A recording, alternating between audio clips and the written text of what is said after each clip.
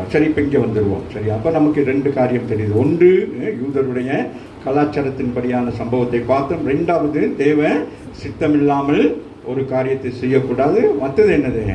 மரியாள் முதலாக என்ன செய்யலாம்? ஆண்டவரிடத்தில் ஒரு ஜெப வேண்டுது. அப்போ நமக்கு நம்முடைய குறைகளுக்கு மாத்திரம் நம்ம ஜெபிக்கிறதாக இருக்கக்கூடாது. யோபுவை போல நம்முடைய சிநேகிதர்களுக்காக, மற்ற குடும்பங்களுக்காக, யார் குறைவுள்ளவராக இருக்கிறாங்களோ அவங்களுக்காக நம்ம என்ன செய்யணும்? சபையில் பாருங்கள், ஒரு சில பேரோட பிரச்சனைகளை கேட்க நமக்கே பயமாக இருக்குது. நம்ம சொல்லணும், இந்த இடத்துலேருந்து நான் சொல்கிறேன், இப்படி நடக்க போகுது, இப்படி நடக்குது, இப்படி இருங்க அப்படின்னா அப்படியே மெத்தனமாக இருக்கிறாங்க. பிறகு கேட்குறாங்க, ஏன் எனக்கு அவ்வளோ பெரிய சோதனைக்கு காரணமே யார்? நீங்கள் தான். ஒழுங்காக சபைக்கு நேரத்துக்கு வர்றதில்லை.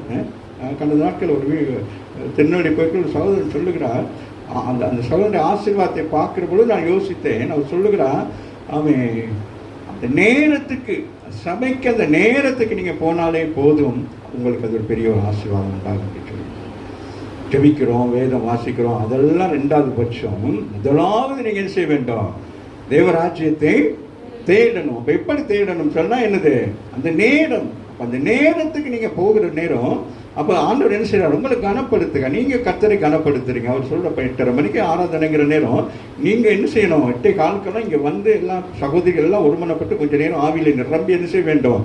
அப்படி ஜெபிக்கிற நேரம் அசுத்தாவிட கிரியைகள் மற்றும் இந்த சபைக்கு விரோதமாக எழும்புகிற எல்லாம் அந்தகார கிரியைகள் இதெல்லாம் என்ன செய்யும்? அப்படியே உடையும். அநேகர் வீட்டுக்குள்ள சோர்வாக இருக்கிறவங்க எல்லாரும் என்ன செய்வாங்க?